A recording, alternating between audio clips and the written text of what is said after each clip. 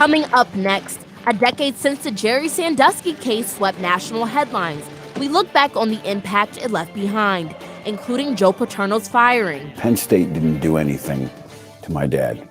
The people in positions of authority at that time got it wrong. Plus, how the pandemic has caused local hotels to potentially go up for sale. And an annual clothing drive makes its return to the State College community. The Center County Report starts now.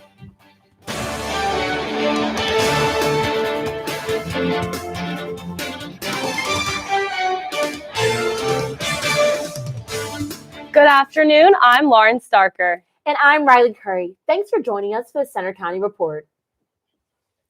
It was 10 years ago today that legendary Penn State football coach Joe Paterno was fired as the Jerry Sandusky sex abuse scandal rocked Penn State. Reporter Preston Shoemaker conducted a series of exclusive 101 interviews with key people from that time as they reflect on the events that changed so many lives. Joe Paterno is no longer the head football coach, effective immediately. 10 years have passed since the Jerry Sandusky sex abuse scandal dominated news headlines, turning Happy Valley into a center for hundreds of journalists from across the country. The former Penn State defensive coordinator was found to have sexually abused children for over a span of at least 15 years. He was arrested and would be sentenced to 30 to 60 years in prison, convicted on 45 charges of child sex abuse. The aftermath of the charges led to the firing of long-tenured football coach Joe Paterno, as well as others who had reportedly failed to inform police of what they knew. The Paterno firing led to student-driven riots throughout the town, adding to the chaos.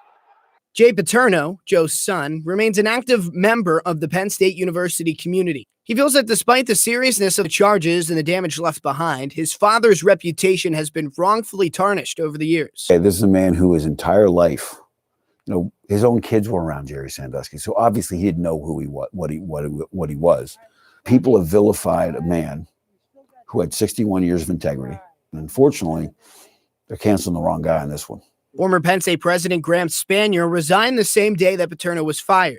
He has argued his innocence to this day, but served a 58-day jail sentence this year for a single count of child endangerment. Spanier, among others, believes that the way the media told the story was not entirely objective. The media followed rumors that allowed a lot of people throughout the nation to come to conclusions that weren't justified. And that's very unfortunate. Strong feelings still exist to this day about how the events played out following the revelation of Sandusky's actions and the administration's response.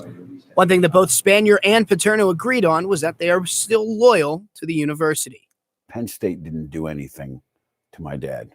The people in positions of authority at that time got it wrong. We want to continue to be supportive. We love the university. So you can take us out of the university, but you can't take the university out of us. Reporting in University Park, I'm Preston Shoemaker for the Center County Report. You can find more of these interviews and a full piece on the scandal online at the Lions Roar at psu.org. A well-known and popular local restaurant owner has died. Pat Doherty owned the tavern in State College for more than 40 years. Doherty was 75 years old. He worked at the tavern during his time as a Penn State student. Then he and a partner bought the restaurant from the original owners in 1980. It's been an institution for generations in the downtown area. And another important member of the Penn State community has also died. Charles Millard was a co-founder of Four Diamonds. He died of a brain injury after falling at his home in Washington State. He was 93.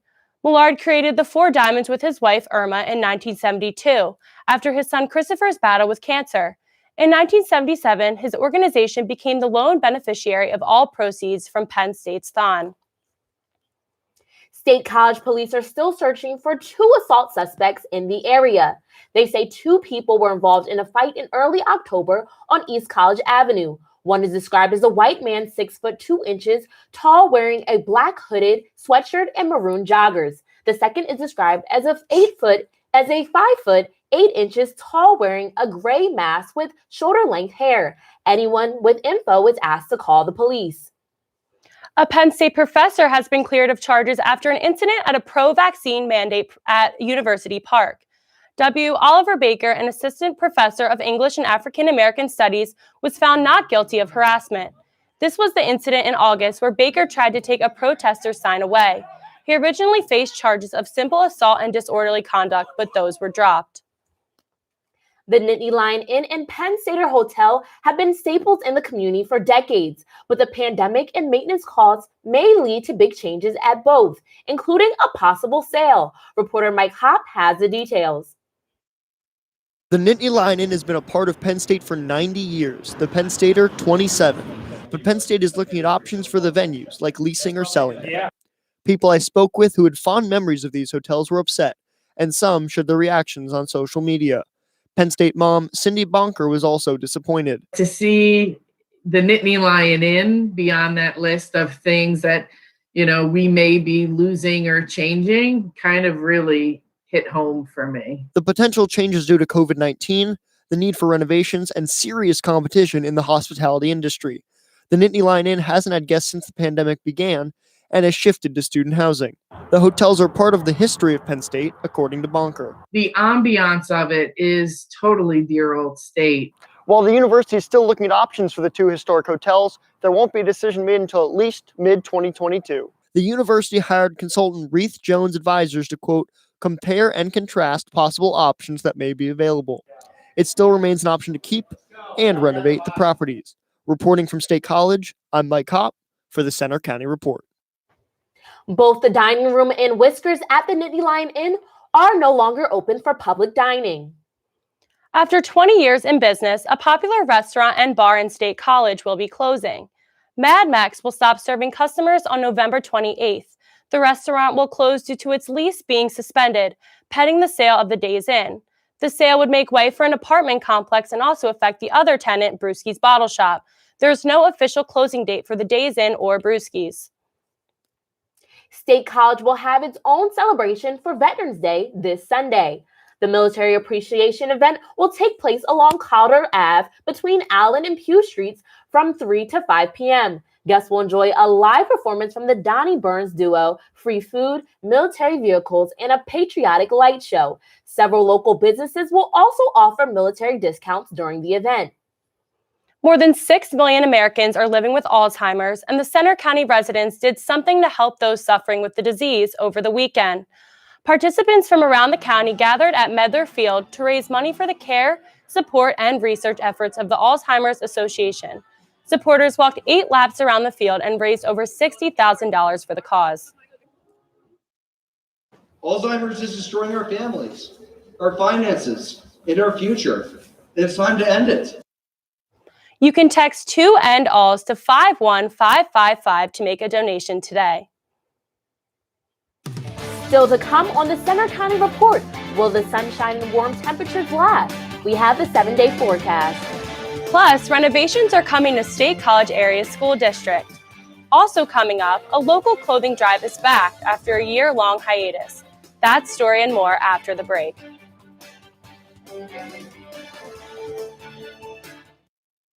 So, I'm kind of new here, but I've noticed a trend. My human does this funny thing where she goes around and gets all my toys, and then she hides them in that basket by the door. But it's always the same basket, and it's always in the same place. And then she acts so surprised when I find them, but, she's putting them in the same basket again. It's like, hello, that's where you put it last time. You were the worst at hide and go seek.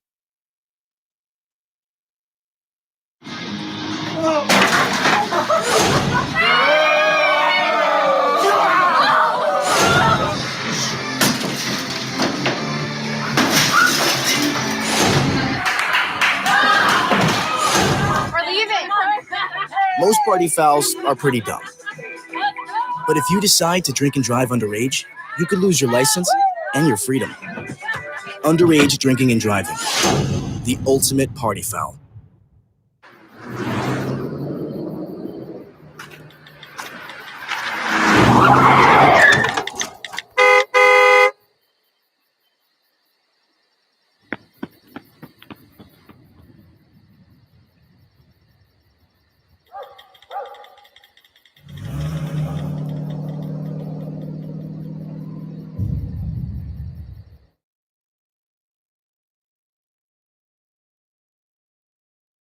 You're doing great. We're gonna try this again, okay? Okay. Wheels, pedals, handlebar, brakes. Sit up straight, keep your weight in the center, keep your eyes on the road, hands on the grips, button the seat. If we feel ourselves falling, what do? Just keep pedaling. Good girl. Now remember, it's all about balance and steering. Steer with your hands, steer with your body. Steer into the corners and you stay out of trouble. And the bell's your buddy, so go ahead and ding that. All right, you ready? Here we go. Pedal, honey, pedal. There you go, you're a bike rider. Most parenting is hard to do in just 2 minutes. But 2 minutes twice a day making sure they brush is easier, and it could help save them from a lifetime of tooth pain.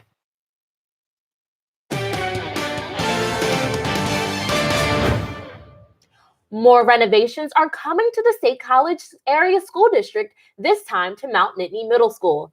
The district will spend over $19,000 for the first phase to restore damage from water seepage. The school board voted for the work to be done at its meeting last week. The repairs come after the district spent $2 million for a new ventilation system for the middle school in 2019. An annual clothing drive for the State College community returned over the weekend after taking a year off. Reporter Gabriella Hornak has the story. Last year, pandemic health scares and safety concerns prompted a significant drop in charitable donations, according to prominent charity organizations. But this weekend, dozens of State College residents turned out for the annual Mount Nittany Middle and Elementary School clothing drive. Jocelyn Pazalski, a Mount Nittany Middle School math teacher, has volunteered in the past. We've had this prior to the pandemic, and it's always been such a wonderful thing for our community. Now, in its fourth year, the clothing drive offered a wide selection of gently used clothing, coats, shoes, toys, and some seasonal items too, all at no cost.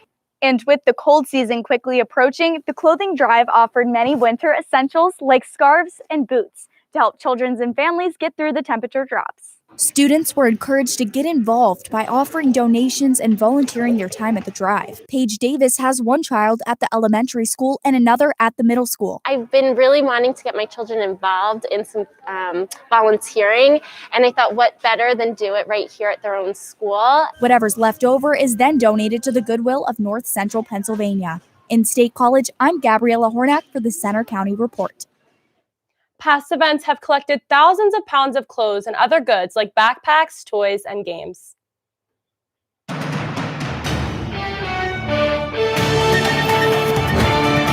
It's really tough to think about needing anything like a winter coat or a scarf on a day like today where we see nothing but a beautiful sky. But Gabriella is correct in saying that the cold season is approaching and it'll be here within the 7-day forecast.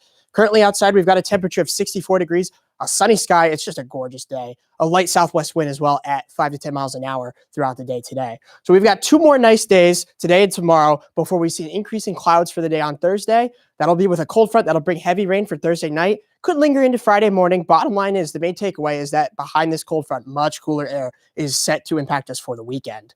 Let's take a look at the temperature trend for the next 5 days. So it's really just a gradual fall down as we go into Wednesday, Thursday, and then still a little bit above average for Friday, but behind that cold front, you can see for Saturday, a high temperature of just 43 degrees. So definitely need the coats by then. Temperatures across Pennsylvania tell a different story right now, generally in the 60s across the state, even in the eastern portion of the state where they were in the middle 30s to start off the day. So everybody's rebounded quite nicely from a rather chilly start. And as we expand outwards to the rest of the country, over towards the northwestern United States, that's where the cold air is. And it'll be slowly marching its way to the east over the next several days. And it'll be here behind that cold front for Friday. Checking the radar and satellite showing not much going on right now across Pennsylvania. Some clouds coming in off the lakes off towards the northwest and Erie and Bradford areas. But otherwise, generally, it's just a gorgeous day. I can't say that enough right now. As we expand outwards, you can see this boundary, clouds expanding from the Ontario, Canada area all the way south into southern Texas and even into Mexico. However, there's no precipitation associated with this. So what it's going to do is just bring some clouds to the area tonight. It'll actually give us a rather mild night. And then we'll clear out again behind that. And then what you see out and towards the Rockies, that'll organize more. And that's going to be our weather maker for Thursday night going into Friday. So a little time out the next few days for you. You can see a little bit of an increase in the cloud coverage throughout the afternoon out west. Generally a sunny sky to the east. The clouds will overtake the entirety of the Commonwealth overnight. However, they'll clear pretty nicely for the day tomorrow. So I'm expecting it to be on the sunnier side again tomorrow, but not quite as warm as it will be today. As we go out further, here comes that cold front for Thursday. It'll bring some showers and heavier bands of rain for the overnight hours. It'll clear out by Friday morning, and then behind it, we're going to be dealing with a northwesterly flow. So that could give us some chances for some lake effect as we go through the weekend. Don't even rule out some snow sneaking in there for the beginning of next week. So for the rest of today, we've got a high temperature of 67 degrees. It's just a gorgeous day. Keep a note here, we're about 15 degrees above where we should be at this time of year with a southwest wind at 5 to 10 miles an hour.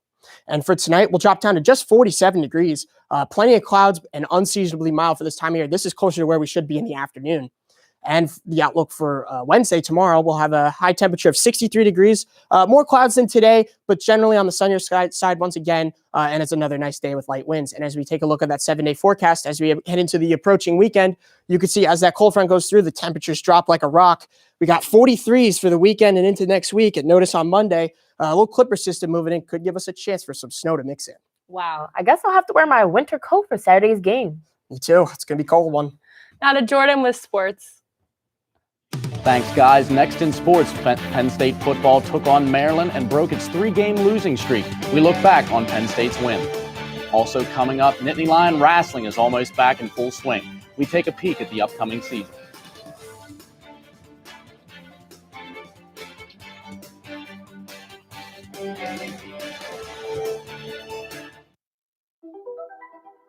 Todd's a great guy. I mean, look at him. What a sweetheart. Attaboy. Wait, Todd, what are you doing? How totally selfish and un-Todd-like of you. Come on, Todd. Come on, man. Hi, I'm Peter. There's nothing I love more than sharing vegetables with my friends. Come on in! Help yourself to anything. That's why we give our food the utmost respect it deserves. Did you know there are simple steps we can all take to help save food? You can cook it, store it, even share it. Just don't waste it. Because when it comes to food, better ate than never. To learn more, visit SaveTheFood.com. This year, patriotism shouldn't just be about pride of country. It should be about love. Remember that to love America is to love all Americans. Because love has no labels. So, I'm kind of new here, but I've noticed a trend. My human does this funny thing where she goes around and gets all my toys, and then she hides them in that basket by the door. It's like, hello, that's where you put it last time. You were the worst at hide and go seek. So you see, son, good manners are important. Should I go through it again? Yes. Yes, please. Yes, please. Exactly. Always say please, thank you, you're welcome, excuse me, sit up straight, hold doors open for ladies. If the door's locked, knock first, don't burp, don't swear, don't stare, don't use bad language, or talk with your mouth full, keep your elbows off the table. What table? Don't interrupt. Cover your mouth when you cough or sneeze. On the bus, give your seat up to anybody who has trouble standing. Bottom line, treat others the way you want to be treated. Got it? Got it. Good talk. Most parenting is hard to do in just 2 minutes. But 2 minutes twice a day making sure they brush is easier, and it could help save them from a lifetime of tooth pain.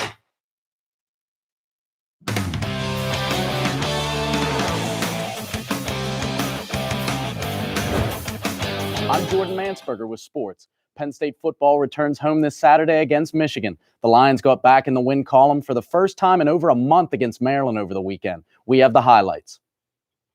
Nittany Lions fans can exhale for now after their team defeated the Maryland Terrapins on Saturday night. The Penn State offense tallied up 24 points on 456 total yards, but most of them came through the air as quarterback Sean Clifford passed for 363 yards and 3 touchdowns with the Dotson connection. One Nittany Lion wide receiver who saw the ball a lot on Saturday was wide receiver Jahan Dotson, who racked up 11 receptions for 242 yards and scored every offensive touchdown for his team. Defensively, the Lions bent but did not break as they only allowed 14 points despite giving up 419 total yards of offense. The game was sealed with 2:39 left on the game clock in the fourth as Jair Brown picked off Tagovailoa for an 87-yard pick six. We knew the coverages they were going to give us last year. They played us man the entire game, so we kind of took that personal. Took that on the wide receivers and knew we were going to have to make plays today. Dotson's 242 yards are a single-game record for Penn State and help cement him among some of the best wide receivers ever to play for the Blue and White. In State College, I'm Jordan Mansberger for the Center County Report. Penn State fans will be hoping for an upset this Saturday as they take on number 7th ranked Michigan Wolverines at Beaver Stadium. Game time is at noon, and you can listen live on Penn State Calm Radio. Now to high school football. The PIAA playoffs are in full swing around the state. A game in our own backyard between River Valley and Bald Eagle area went down to the wire over the weekend. Reporter Logan Barandis has more. We're talking about the playoffs here at Alumni Stadium in Bald Eagle Area High School as the Eagles picked up a huge first-round win against the River Valley Panthers, winning 33-29. Defense was the big story as Bald Eagle had 2 interceptions and a fumble recovery in the first quarter alone, and the Panthers responded later in the game with 2 touchdowns of their own in the defensive end. On the offensive side of the ball, we saw a duel for the ages on the ground with running back Garrett Burns for the Eagles and Angelo Bartolini for the Panthers. Burns would win the day with 4 touchdowns on the ground, including the game winner with 38 seconds to go. I mean, we came into the game thinking that we were going to run them over because they play cover 1. So, we didn't know if we could get over top. But, I mean, we did throw the ball a little bit, and we just put our offense together, running this balanced offense. A couple years ago, we learned you got to get your best guy the ball as much as you can. Gage McClanahan was that kid. Well, Blake Robertson, Gage McClanahan, now Garrett Burns. So at the end of the day, if we need to play, we're going to give the ball to Garrett. I think everybody knows that. Now, there's a lot of kids that stepped up and made multiple plays. We had kids on the outside, close to the quarterback. The line did outstanding at times. So, there's definitely other kids making plays. But, when in doubt, we're going to give the ball to Garrett. The 4th-seeded Eagles look to keep the momentum going here at home next week as they welcome the 8th-seeded Forest Hills Rangers, who picked up their own first-round win against the top-seeded Cambria Heights. For After the Whistle, I'm Logan Mirandis. And our sports team will be tracking this Friday's playoff games, and you can see highlights in our high school football show After the Whistle. The Penn State wrestling team is getting set for the new season to begin. The team returns 4 national champions from last year, where despite their individual efforts, they still fell short of defeating the Iowa Hawkeyes for the team national title. Head coach Cale Sanderson said what he wants most from his team is to be energetic. I think all of our guys have improved and jumped levels in this offseason, but of course it's up to them to go out there and take advantage of that and continue to compete freely and with enthusiasm. Penn State will have its first duel this weekend against Sacred Heart and Oregon State. Penn State men's soccer is advancing in the Big Ten tournament after shutting out Michigan State on Sunday 2-0. 25 seconds into the game, Peter Mangione scored with a diving header. In the 17th minute, Penn State senior Seth Kuhn passed the ball to junior Andrew Privet up the left side for another goal. Penn State's defense stood strong, not allowing the Spartans' first shot on goal until the 39th minute. The top-seeded Nittany Lions will take on the number 4 seed Michigan Wolverines tomorrow at noon at Jeffrey Field. Moving to the ice, Michigan week continues as the Nittany Lions men's hockey team gets ready to face the Wolverines in their Big Ten opener series after being swept by Ohio State over the weekend. Penn State scored first Friday night, but allowed 3 goals in the third and lost 5-2. The third period struggles continued in Game 2 as the Buckeyes scored 4, including this empty net goal to win it 4-1. Connor McEachran scored his 6th goal in the loss. Puck drop in Game 1 against Michigan is set for 8:30 p.m. on Thursday. That's all for sports. Now back to you at the Anchor Desk. Thanks, Jordan. Coming up next, a local film festival returns and this time honors a very famous former Penn Stater. Stay with us for that story.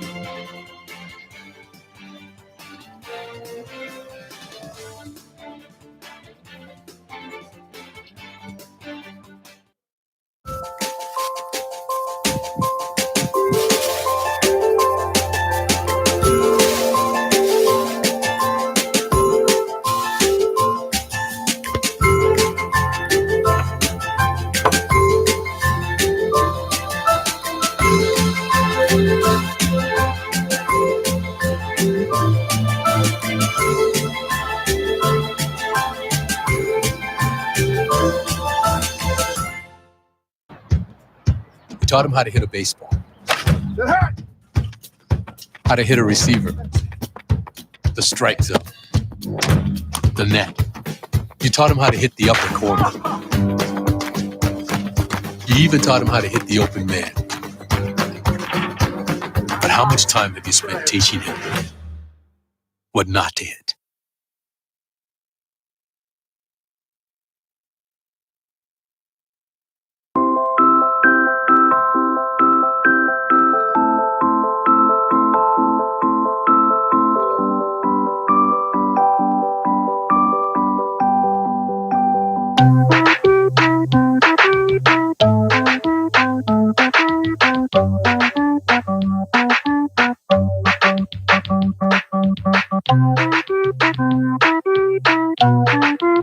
Heard a story. Adopt at theshelterpetproject.org. There's one thing you can never have sex without. It's not something you buy. Or something you take. In fact, there's only one way to get it. It has to be given to you, freely. It's consent. Because sex without it isn't sex. It's rape. Consent. If you don't get it, you don't get it. It's on us to stop sexual assault. Learn how and take the pledge at itsonus.org. That's a wrap. Sunday marked the final day of the 3rd annual Center Film Festival. The Roland Theater in Phillipsburg played host for the final days. A pre-recorded ceremony awarding Penn State grad and Emmy Award-winning director Keegan-Michael Key a Lifetime Achievement Award capped off the festival. The event plans to return next year in 2022. That's all for today's newscast. We'll hope you'll join us Friday for our next local news update. You can follow us anytime for breaking news on our Center County Report Twitter, and you can see our stories on our Facebook page and our website. Have a good afternoon.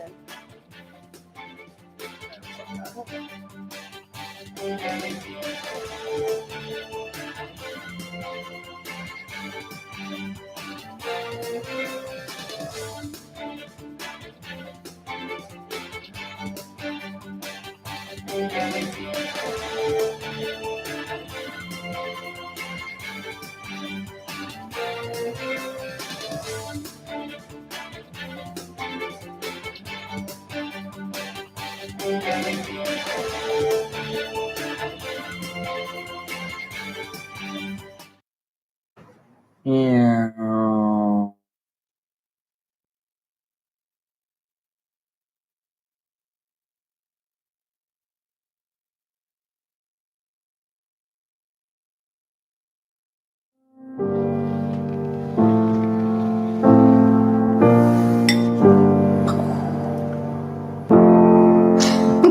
Visit aarp.org/caregiving for information on how to provide even better care for the person who wants to care of you.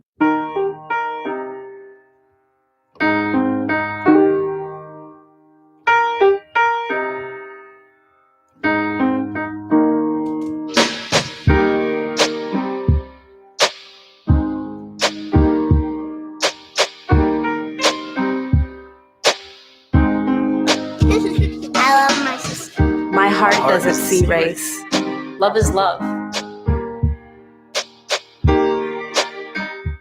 Pretty much a good day for me would be people leaving their hands off of me. I'm always called names. Everywhere that I go, there's always someone calling me names, calling me gay. I've been choked, thrown up against the wall, punched. Nobody's ever tried to help me.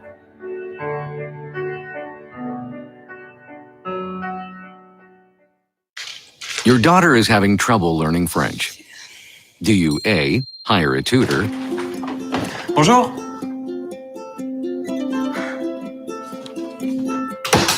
B, enforce a French-only rule at home? Or C, watch some foreign films? When it comes to parenting, there are no perfect answers, but that's okay, because you don't have to be perfect to be a perfect parent. Teens in foster care will love you just the same.